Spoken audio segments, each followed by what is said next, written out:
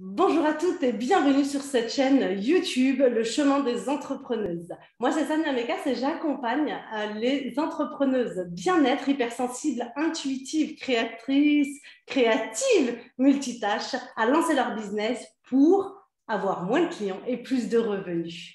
Alors aujourd'hui, évidemment, j'interviewe énormément de femmes pour nous aider à nous lancer dans notre parcours ou tout simplement à trouver des réponses, des questions sur notre chemin entrepreneurial. Je sais qu'aujourd'hui, peut-être que toi, tu veux te lancer, que tu as des doutes, que tu as des peurs, que tu as un questionnement, ou peut-être même que tu es déjà entrepreneuse depuis un moment et tu tournes en rond et peut-être que tu as besoin d'une bulle d'oxygène. Tu es donc la bienvenue sur cette chaîne YouTube pour justement t'inspirer ou peut-être écouter le récit d'autres femmes afin de te guider. Aujourd'hui, je suis avec Delia. Bonjour Delia. Bonjour, bonjour à toutes. Merci infiniment Delia d'avoir répondu présente et positive en tout cas pour justement cette interview aujourd'hui.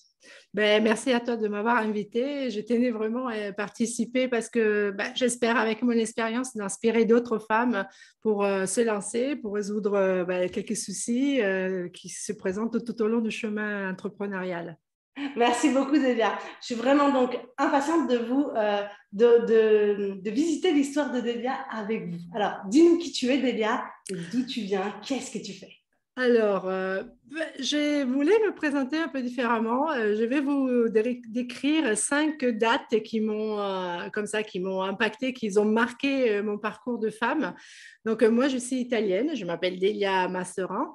Et en 1992, je suis arrivée en France un peu par hasard, mais avec beaucoup d'énergie et envie d'inventer une nouvelle histoire parce que malheureusement, l'entreprise familiale en Italie, elle avait subi un échec, un gros échec. Donc, il a fallu recommencer tout de zéro. Et de cette expérience, j'ai sorti une pépite. C'est l'exemple qu'ils m'ont donné mes parents parce qu'à l'âge de 47 ans, à l'époque, eh bien, ils ont réinventé une vie de zéro. Donc ça a été vraiment une confirmation que tout est possible et à tout âge. En 1999, son coup de tête, je suis partie au Sénégal. Je me suis mariée sur un coup de tête aussi, mais la belle histoire, c'est que j'ai pu monter un dispensaire en pleine brousse avec les moyens de bord et ça m'a donné une richesse inestimable parce que j'ai compris vraiment ce qui est l'essentiel pour vivre. Et Wow, ça, attends, Delia, je vais t'arrêter là rapidement parce que là, tu nous donnes plein de trucs. C'est de la bombe ce que tu es en train de dire. Attends. Donc, si je comprends bien, Delia, et que, évidemment, toutes les femmes qui sont présentes avec nous sur ce live et en replay, n'hésitez pas d'ailleurs à vous abonner et à faire des commentaires. C'est que, donc, tu arrives ici en France par hasard, soi-disant. c'est ça. Donc, tes parents avaient une entreprise en Italie, ils ont fait faillite, ils sont arrivés ici en France. Et là, eux, ils repartent à zéro pour recréer quelque chose. C'est ça. On Toi, a, entre-temps, toi aussi, donc tu t'inspires de ça. Finalement, toi, bizarrement, tu arrives au Sénégal. oui, C'est ça, hein? Tu c'est crées ça. un dispensaire. Alors, du coup, je veux dire, t'es médecin, t'es quoi pour créer ce dispensaire? Qu'est-ce qui se passe? Rien, rien du tout. En fait, je me suis retrouvée par hasard au Sénégal pour invitation d'une copine qui m'avait connue dans une salle de gym. Et puis, de fil en aiguille, j'ai eu un mariage avec un Sénégalais. Et à partir de là, on a vu un petit peu la détresse qu'il y avait dans les villages. Et le besoin principal, c'était le dispensaire pour pouvoir soigner au plus près du villageois les personnes malades. Donc, en arrivant en France, on a contacté plusieurs association, on a regardé un petit peu comment ça se passait, on a fait une récolte de dons et de là, on est reparti au Sénégal et j'ai habité un mois en plein village, donc avec les villageois, les Sénégalais. Wow. Et avec leur participation, on a monté un dispensaire. On a été accueillis à bras ouverts par les différents organismes déjà présents sur le territoire. On a récolté, grâce à nos dons, des médicaments, etc. On a pu payer pendant un an un médecin qui s'est installé dans le village, enfin, un beau médecin. Et donc, rien à voir avec le savoir-faire, les connaissances médicales, mais en tout cas, il y avait une volonté d'aider. Et à partir de là, on a frappé aux portes et on a demandé, on a obtenu l'aide qu'il fallait pour lancer ce projet-là. Waouh, je trouve ça tellement beau en plus de ce que tu dis parce que, encore une fois, l'histoire de l'âge revient, c'est-à-dire que tu arrives à un certain âge, mais tu ne te laisses pas abattre, quoi. Tu ne laisses pas la vie te dire, bon, bah écoute, bon, j'ai Non, 40 non, ans, non, c'est bon. C'est non, j'y vais, on moi y j'ai va. encore ma vie à vivre C'est et là ça. je m'éclate. Ok, c'est Voilà. génial. Et donc, Donc, après, ben vas-y. à partir de là, bon, donc, j'ai oublié de dire une chose, quand je suis arrivée en France, donc j'avais l'âge de 22 ans, et pour démarrer mon histoire, notre histoire, parce que c'était l'histoire familiale des zéros, on a ouvert un premier restaurant. Donc je me suis Ok. retrouvée entrepreneuse, avec 3 mots de français, pas grand-chose en poche en tant que sous, mais bon, là, j'ai trouvé une gérance, j'ai ouvert, et là, ben, la famille est arrivée, j'ai embauché ma mère, parce que c'était à mon nom, donc j'ai embauché ma mère. Mon père est arrivé quelques temps après et on a ouvert le premier restaurant. Donc, quelques années plus tard, bon, le restaurant, on l'a fermé. Eux, ils ont entamé leur histoire à eux, donc leurs projets professionnels qui sont développés par la suite. Moi, je suis partie au Sénégal. Et en retournant du Sénégal, eh bien, j'ai eu des expériences en tant que salarié. J'ai travaillé McDo, j'ai travaillé dans une grande entreprise italienne de restauration. J'ai appris énormément. J'étais boulimique d'informations, d'apprendre le français, de pouvoir le parler correctement, de l'écrire, d'apprendre le fonctionnement administratif, la gestion. Donc, toutes les expériences qui se proposaient à moi, je les prenais et j'y allais tête foncée pour apprendre au maximum. Donc, arrivé 2005, le restaurant où je travaillais, il décide de se libérer des piliers parce que bon, ils voulaient vendre, il y avait une stratégie derrière. Et donc, on part, quand je dis on, parce qu'à l'attendant, j'ai connu le chef cuisinier avec qui bien, ça a matché de sympathie. On avait une affinité au niveau collaborateur dans le restaurant. Donc, on se fait licencier et à partir de là, on se dit, écoute, on met tellement d'énergie pour les autres, c'est-à-dire en tant que salarié, qu'est-ce que tu en penses si on ouvre un restaurant pour nous? Moi, j'ai de l'expérience. J'ai acquis aussi d'autres connaissances tout au long de mon chemin en France. On se lance et puis on verra. Oui, il me dit, OK, super, super projet, wow, mais on a 0 €.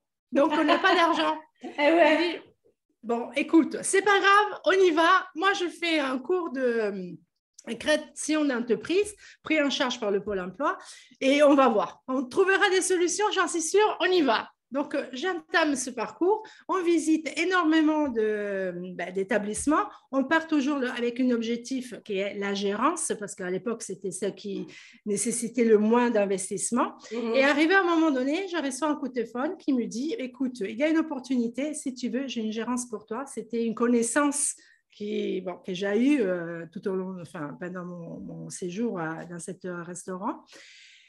J'ai dit, bah, écoute, pourquoi pas, hein? Donc, on entame, on rentre en 2005, mois de mai, on ouvre le restaurant. Je donne 5 000 € à l'époque. Il fallait un peu plus pour la caution. Mais le propriétaire, il nous a dit, OK, il n'y a pas de souci, je vois que vous êtes de bonne volonté. J'ai très bon écho de votre ancien patron. Donc, allez-y, vous me payerez le reste par la suite. Donc, on ouvre le 5, le 10, il démarre le festival. On entame le festival, on fait 10 jours de festival du film à Cannes, donc plein de monde. Et à la fin du festival, on rend ceux qui en devaient en caution et on entame notre aventure de restauration avec un restaurant en centre Cannes, en démarré. Pour moi, c'était 0 € parce que 5 000 € pour ouvrir un restaurant, c'est rien du tout. Attends, Delia, je te coupe là parce que tu nous donnes beaucoup de pépites et d'informations qui sont géniales. Donc, il y a une première histoire avec tes parents, d'accord? C'est Il y a ça. une deuxième histoire, donc l'arrivée donc, avec tes parents et tout. Donc là, il y a une structure, ok. Ensuite, vous faites chemin à part, c'est ça? Voilà, Donc c'est là, tu ça. rencontres un petit peu ton mari, tu vas un petit peu en brousse sénégalais. Là, tu reviens, ok, tu es hyper motivé, tu travailles dans des restos. Tu te fais un nom quand même parce que tu ne le dis pas, mais en réalité, tu te fais un nom là, Delia. C'est ça. Et là, du coup, les gens, tellement tu t'es fait ce nom finalement, les gens ont confiance en toi et te permettent de créer, enfin d'avoir une gérance dans la restauration, en plein centre de Cannes, avec 0 €, avec en plus, comme j'ai envie de dire, une formation création business, Pôle emploi. Enfin, je veux dire, c'est juste incroyable. Donc à partir de ton histoire, j'ai envie de dire, celui qui me dit, bah non, mais c'est pas possible, j'ai envie de lui dire, non, mais oh, tu rêves. Oui. Après ça, pour moi, tout était possible. Alors moi, ce que j'entends dans ce que tu nous partages là, Délia, c'est aussi ton super mindset, parce que j'ai l'impression quand même que tu as un mindset quand même de waouh, de battante, de on y va, on y va et puis on trouve des solutions. Mais tu vois, est-ce qu'à un moment donné, tu doutes un petit peu quand même de ce qui se passe? Est-ce que tu as quand même des questions à ce niveau-là? Alors, explique-nous aussi, parce qu'on a envie de savoir ça, parce que nous aussi, on est dans la motivation et les femmes qui nous regardent aussi, des entrepreneuses qui veulent démarrer ou les entrepreneuses qui ont déjà démarré, peu importe leur activité, mais elles se posent cette question quand même. Alors, vas-y, bien sûr que tout au long du cheminement, il y a eu des doutes, il y a eu des peurs, plein de peurs. Quand on a ouvert le restaurant, je me souviens que tous les jours, j'avais cette crainte de ne pas pouvoir faire face aux factures, de ne pas pouvoir être à l'auteur. Les jours où on faisait un peu moins de couverts, ça y est, c'était la panique à bord. Et je me souviens très bien, un jour, j'étais au comptoir, je pelais mes patates parce que chez nous, c'était tout maison. Donc, on pelait les patates à la main pour faire de la purée maison. Et j'étais dans mon tourbillon en me disant, punaise, il faut de l'argent à la banque, il y a des factures qui vont arriver. Est-ce qu'on va être à l'aise avec ça? Est-ce qu'on pourra payer les salaires? Parce que là aussi, de la crainte d'avoir des personnes à charge. C'est la vie de nos employés, tout ça. Et bon, c'est vrai que le côté mindset, c'est maman qui m'a donné ça, toujours battant, toujours positif, on trouve toujours des solutions. Et à un moment donné, je soulève mes yeux et j'ai dit à mon mari, écoute, tu sais quoi, finalement, on paye tout le monde, on mange, on a un toit sur la tête, on est en bonne santé. Bon, écoute, moi, je pense que ça va, hein, on n'est pas si mal que ça. Et ce jour-là, il m'a fait écrire sur le mur un grand lettre, un mur de la cuisine pour me dire que chaque fois que j'aurais un coup de mou, il fallait aller voir sur le mur qu'est-ce que j'avais écrit auparavant. Parce que c'est vraiment ça, quand on est dans le tourbillon négatif, parce que les peurs, ils arrivent à un galop, on doute, on a toujours la crainte de ne pas être l'auteur, on se laisse tirer vers le bas par tout ça. Et au final, il y a juste halte. Temps mort, on réfléchit un petit peu, on prend le calme, on se repositionne, on fait rentrer le calme en soi et on réfléchit bien à tête reposée et on relativise. Qu'est-ce qui est bon, qu'est-ce qui n'est pas bon, c'est où la peur? Parce que la peur, c'est l'imagination, c'est quelque chose qui nous envahit, mais si on regarde bien, il n'y a pas de peur, enfin, il n'y a personne qui meurt à ce moment-là. Même si je ne suis pas à la hauteur vers la banque, il y a toujours des solutions. On peut appeler notre banquier, on peut lui dire, écoute, là, en ce moment, est-ce qu'on peut trouver une solution ensemble? L'important, ce que j'ai dit toujours à mes clients aujourd'hui, c'est de ne pas s'isoler. Toujours aller voir, quand la solution n'est pas à nous, d'aller voir à l'extérieur si on trouve des solutions grâce à d'autres. Donc, de jamais avoir la peur de dire, écoute, j'ai un problème, est-ce que tu peux m'aider? Et avec ça, j'ai soulevé des montagnes. Wow. Donc, à partir de là, c'est vrai que ce que je conseille toujours, ne restez pas seul, ne restez pas isolé, ne vous isolez pas avec vos peurs, vos craintes, mais au contraire, la pépite numéro 1 que je peux te partager, c'est vraiment calme, on réfléchit. Si on n'a pas la solution à nous, on va voir l'extérieur et on demande. Et à partir de là, génial, merci beaucoup Délia pour justement cette pépite parce que très souvent en fait on reste dans nos problématiques. Alors donc entrepreneuse que tu es, ne reste pas dans ta problématique, vois comment tu peux générer justement un cercle vertueux pour pouvoir en sortir que de rester dans ton cercle vicieux. Et donc, de là, qu'est-ce qui se passe, Délia? Donc, tu as cette entreprise, donc tu as déjà remboursé ta somme, j'ai envie de dire. Alors, j'ai remboursé ma caution, on a continué, et puis en 2008, en fait, c'est le propriétaire qui me propose de racheter les parts de la société, parce que le bilan, auparavant, c'était négatif, donc les banques ne suivaient pas, mais c'est lui qui me propose de devenir propriétaire de mon fonds de commerce. Donc, j'achète mon fonds de commerce, et en 2011, on dit que l'aventure arrive à sa fin. On n'a plus la force ni l'énergie. On est arrivé au bout de cette aventure et on met le restaurant en vente. Et donc, oui, parce que des fois, il faut bien comprendre qu'il y a du changement qui se passe. Au départ, évidemment, on a très envie de ça. Et puis après, il y a un moment donné, on se dit, bon, ben voilà, on a vécu notre mission de vie du moment. Et donc, c'est comment avancer. Ok, super, Délia. Donc, cette aventure, la porte se ferme. Je me marie avec le chef de cuisine qui était à l'époque mon collègue. D'accord. Une nouvelle vie démarre pour nous puisqu'on devient un mari et femme.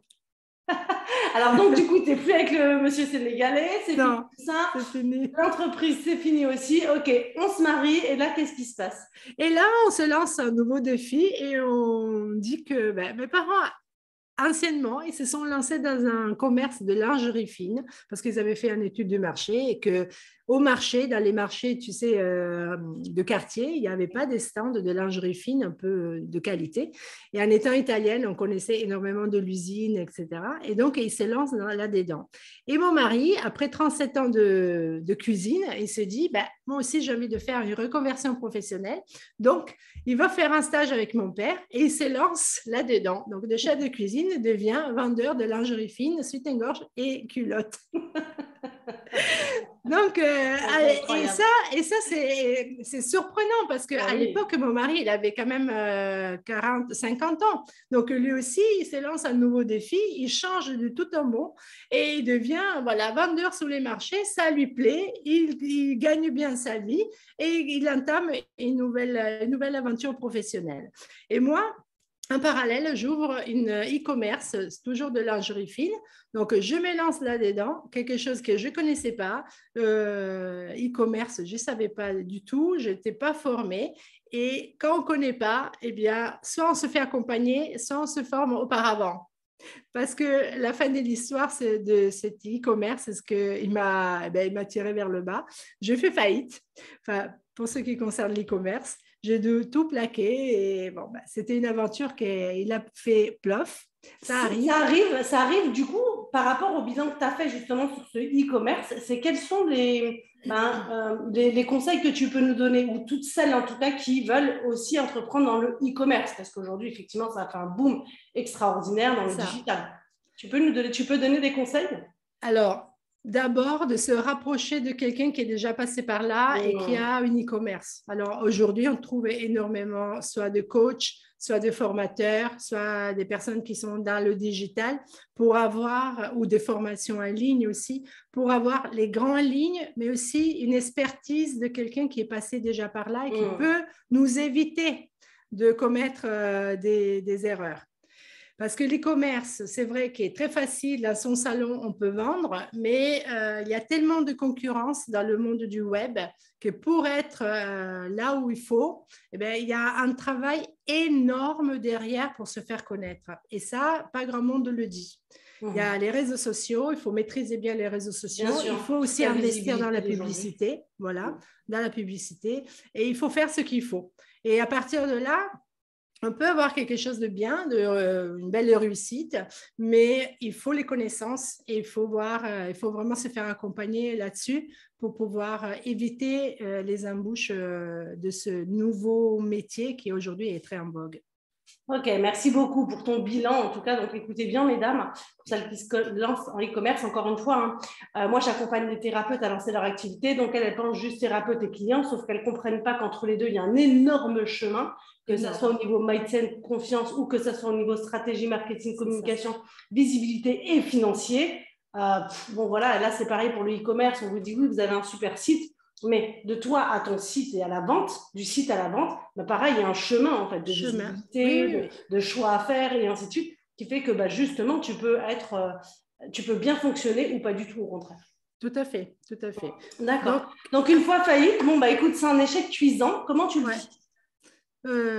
Mal, très mal. Mal parce que je me suis donné tellement et puis j'ai perdu beaucoup d'argent. Donc, j'ai perdu pas mal d'argent et je me suis sentie tellement coupable aussi vis-à-vis de mon mari et de mes proches parce qu'ils me disaient « Oh, super, les sites, maintenant, ils ont un succès et tout. » C'était tellement facile à leurs yeux que l'effet de ne pas y arriver, c'est vrai que ça m'a beaucoup affecté. J'ai vécu pas bien du tout. Mais j'ai fait le deuil. Je fais le deuil. Tu fais le deuil, c'est important ce que tu dis, Delia, parce qu'on ne comprend pas. On se dit non, mais on fait le deuil des gens, on fait le deuil de nos animaux. Mais créer une entreprise, faire faillite, c'est quand même faire un deuil, c'est-à-dire se remettre en question, voir un petit peu ce qui n'a pas fonctionné. Il y a plein de choses. Donc, c'est bien ce que tu nous délivres, Delia, parce que je trouve ça beau. Et puis authentique aussi dans le fait qu'on l'entend très rarement. Ouais, on fait le deuil quand on fait faillite. On fait le deuil aussi quand on vend.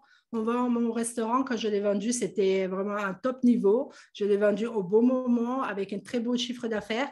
Et j'ai fait le deuil. J'ai fait le deuil d'avoir vendu mon bébé parce que c'était la création. On crée, on met notre énergie, notre cœur, nos sentiments, nos journées, nos émotions, notre vie aussi personnelle dans notre business parce que on passe du temps. On passe du temps en solo. Et on passe du temps avec notre conjoint parce que lui aussi, il nous donne son temps. Le temps du couple, des fois, il faut le partager avec notre business parce qu'on est dans un lancement.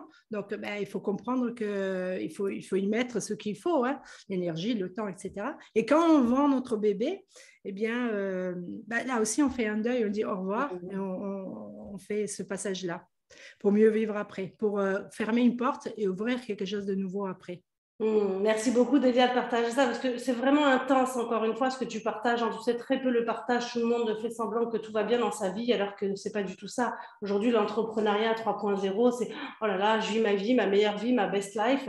Mais attention, derrière, il y a, comme dirait Delia, il y a les émotions, il y a le temps, il y a l'énergie, il y a l'équilibre, l'harmonie, il y a tout ce que tu vas mettre. Et puis, tu l'as si bien dit, le lancement. C'est-à-dire qu'au début, excuse-moi, mais tu vas devoir bosser. Donc, tous ceux qui te racontent que tu vas mettre 2 heures par jour seulement, non, non. Et tu vas en mettre du temps. Donc, c'est pas une question que j'ai envie de te faire peur, bien évidemment. C'est une question d'être réaliste et consciente de là où tu t'engages. C'est comme tu l'as dit pour le bébé. Quand tu fais un bébé, c'est pas parce que tu accouches que c'est fini. Au contraire, c'est le début.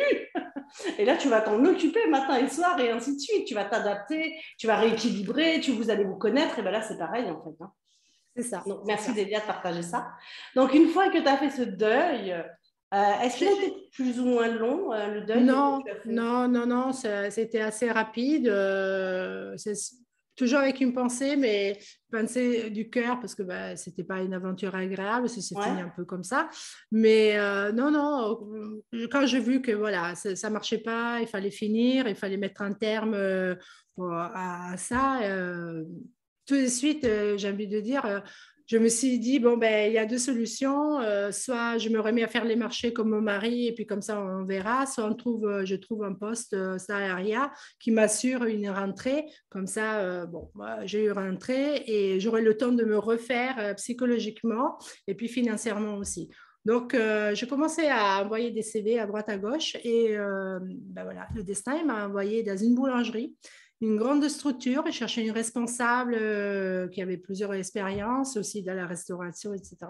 Donc, voilà, je me suis vue amenée dans la boulangerie et j'ai découvert ce nouveau monde qui m'a amené énormément d'expériences managériales, une nouvelle aventure, 5 ans à fond, à bloc, comme si c'était pour moi, mais surtout à contre-coup, j'ai compris que ça, c'était ma revanche personnelle. J'avais une faillite qui venait arriver à fin. Il fallait que je me montre que oui, j'étais encore là, j'étais encore capable, j'avais les connaissances, l'énergie, la puissance que j'ai toujours pour amener à bon terme un projet. Donc, je me suis lancée, même si ce n'était pas moi, mais corps et âme, et j'ai obtenu 45% d'évolution en chiffre d'affaires en 4 ans. Waouh, c'est génial, c'est génial. Mais c'est beau ce que tu dis, tu sais, parce que très souvent, tu vois, on fait le deuil, on se dit, bon, ça y est, c'est fini, mais non. En fait, il y a l'échec qui est cuisant et il y a ta réussite qui est cuisante. Et là, tu dis, bon, ok, on a retrouvé l'équilibre, je me sens encore capable et c'est cool, en fait.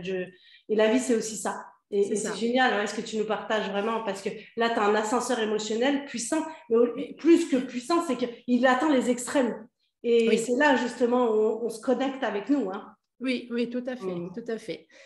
Au bout de 5 ans, le physique, il me dit, Delia, tu as tiré sur la corde. Ma cocotte, tu vas avoir 50 ans bientôt. Alors, il faut que tu fasses un petit peu le trait et les totaux. Si tu veux continuer, qu'est-ce qu'il faut mettre en place? Et qu'est-ce qu'il faut savoir dire non? Et qu'est-ce que tu peux faire pour continuer? Si toutefois, tu as envie de continuer. Donc, arrivé à 49 ans, j'ai commencé à à examiner mon corps qui disait non, non, non, tu ne peux plus tenir ce rythme-là, c'est juste pas possible. Et ma tête qui disait, mais j'ai tellement de choses à donner, tellement de savoir-faire, tellement de connaissances. Et je m'étais pris de passion à former mes collègues parce que pendant ces 5 ans, les propriétaires, ils ont développé d'autres magasins et donc moi, j'étais devenue formatrice pour les futurs responsables et managers des autres boutiques. Donc là, je me suis dit, waouh, mais ça me plaît ça. Ça me donne vraiment du pep, ça me nourrit l'effet de voir d'autres évoluer et grâce à mes expertises, grâce à ma transmission du savoir. Donc, je me suis dit, allez, on ferme la boutique, enfin, pour moi, on ferme cette aventure et on démarre une autre aventure. Comme mes parents, ils avaient fait 30 ans avant, eh bien, moi, je redémarre tout de zéro à 48 ans, 49. Je dis, OK, je donne mes démissions, je pars, je me forme pour devenir formatrice parce que c'est un nouveau métier, il faut voir les codes, il faut voir la pédagogie, il faut apprendre. Et je me lance comme ce que je suis aujourd'hui.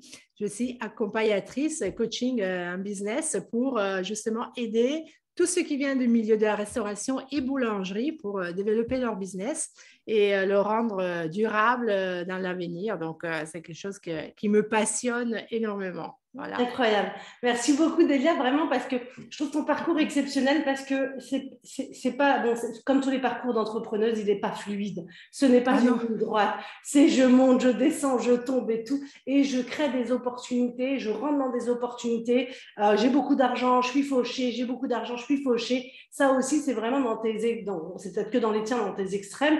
Il y en a d'autres, ça se passe aussi, bien évidemment. Mais on sent là, tu sais, qu'il y a vraiment cette vie d'entrepreneuse, tu vois, et qui s'accroche à ses rêves, qui va et qui est réaliste en plus, parce que comme tu nous l'as si bien dit, pour passer de ça à ça, il a fallu que tu te formes, hein, bien sûr, accepter des nouveaux codes, comprendre les compétences et les amener justement à les redonner. Donc, moi, je trouve ça exceptionnel. Donc, merci Delia, en tout cas, pour ce partage qui, pour moi, est très, très inspirant. Et puis encore une fois, là je reviens, c'est-à-dire qu'on ne se laisse pas mourir et on ne se dit pas, bon, bah, tiens, on a 50 ans, c'est fini, oh là là. Au contraire, on dit, qu'est-ce qu'on peut faire encore, comment on peut le faire et comment on peut le faire avec qui on est à 50 ans, parce qu'on n'est pas pareil à 20, à 50. Donc du coup, c'est génial. Donc merci pour cette transmission, Delia. Donc aujourd'hui, tu es coach, tu es dans le business et tu accompagnes toutes les personnes qui veulent monter une structure, que ce soit en restauration ou en boulangerie, c'est bien ça? C'est ça, monter et développer surtout. Avec tous les codes qui vont avec et surtout mon expertise du terrain, ma passion qui est le digital parce que depuis, je me suis formée. Hein, j'ai appris de mes expériences et je me suis passionnée par le digital, donc tout ce qui est réseaux sociaux et puis graphisme, QR code, stratégie marketing, stratégie quelconque. Donc, je me suis vraiment formée là-dedans. Donc, oui, j'accompagne pour développer leur business et le rendre, comme je dis toujours, croustillante et croissant pour un avenir durable. J'adore croustillant et croissant. Parfait pour une boulangerie. C'est ça. Alors, Delia, aujourd'hui, si tu avais un conseil à donner à toutes les femmes toutes celles qui commencent vraiment cette aventure entrepreneuriale, qu'elles soient jeunes ou un peu plus sages, qu'est-ce que tu pourrais leur dire? Faites-vous accompagner. Ça évite du bien, une perte de temps, d'énergie et d'argent. C'est ça. Vraiment, c'est faites-vous accompagner. Aujourd'hui, on trouve des belles personnes qui peuvent nous transmettre à notre niveau leurs connaissances et les compétences, mais surtout nous transmettre ce qui est un bon mindset. Parce que comme j'ai dit, et comme vous avez pu entendre par mon histoire, l'entrepreneuriat est fait de montagnes russes.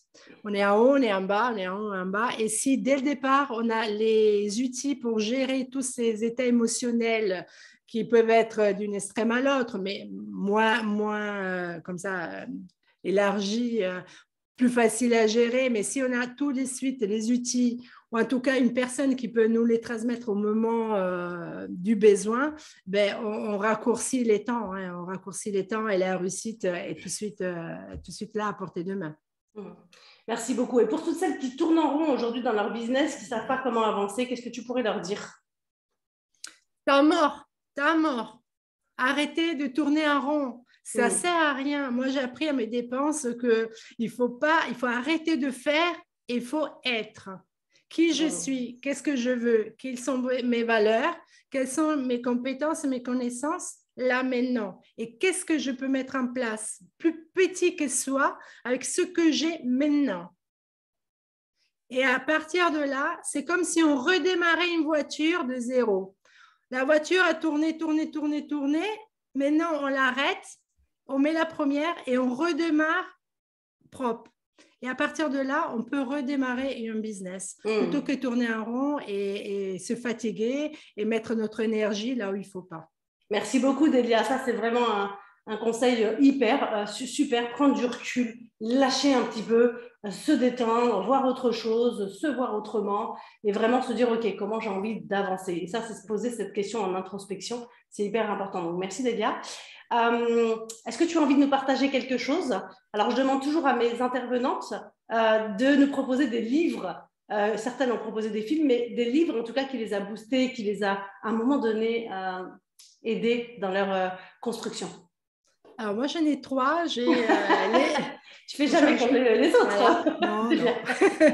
Moi, je l'ai fait cumuler d'Aren Hardy, qui est voilà, la plus petite action qu'on peut mettre en place, mais voir la petite action qui est insignifiante pour nous, le centime, le premier pas. Ça n'a rien de comme ça transcendant, mais vu sur le long terme, au bout de 365 jours, eh bien, ça donne des solutions, ça donne des transformations, ça donne des miracles des fois. Et donc, ça, c'était vraiment quelque chose qui m'a impacté. Ok, ça, c'est super. Une première lecture. Donc ça, de toute façon, tout ce que tu vas nous dire là, je vais le mettre en lien dans la biographie sur la chaîne. Hein. Okay. Le deuxième livre, c'était Tout est toujours parfait de François Lemay, qui est un récit de une rétrospection de sa vie, mais qui nous montre que tout ce qui nous arrive dans la vie, même si ce n'est pas simple à vivre, même si c'est des fois très, très grave, et il y a une leçon derrière à en tirer. Et s'il est arrivé là, à ce moment-là, c'est parce qu'on avait besoin de cette leçon-là. Et ça, je l'ai lu pendant les confinements, 10 minutes par matinée. Et quand je remémorais tout ce qui m'était arrivé, je dis, ah ouais, effectivement, là-haut, moi j'y crois, mais ça m'appartient, là-haut, quelqu'un a écrit mon histoire et c'était vraiment comme ça qu'elle devait se passer. Et, le troisième livre, c'est un clin d'œil à ma coach parce que vraiment, c'est quelqu'un qui me soutient et qui m'apporte énormément d'apprentissage. C'est MDR, c'est pas mort de rire, mais c'est motivation, détermination égale réussite de Biba Pedron parce qu'il y a le récit d'énormément d'entrepreneuses et chacune montre son histoire et c'est très, très inspirante. Et on tire des leçons. Ok, merci beaucoup. On va vous mettre les liens sur les 3 livres. Alors, du coup, merci beaucoup parce que je sais que lire, c'est vraiment une porte ouverte à des possibilités. C'est aussi quand on est dans un mood qui n'est pas terrible, lire, ça fait du bien parce qu'on sent qu'en fait, les histoires des autres nous portent, mais surtout que ce n'est pas toujours rose, d'accord? Et c'est parce que justement, des fois, ce n'est pas toujours rose qu'on fait preuve encore plus de puissance. Oui, on a le droit d'être en colère, oui, on a le droit d'être dans nos émotions basses, ça c'est OK, mais l'idée c'est de ne pas y rester vitam aeternam. Donc, c'est de reprendre. Et comment on peut reprendre? Une bonne lecture, je pense que vraiment ça aide. Moi, en tout cas, ça m'a énormément aidé.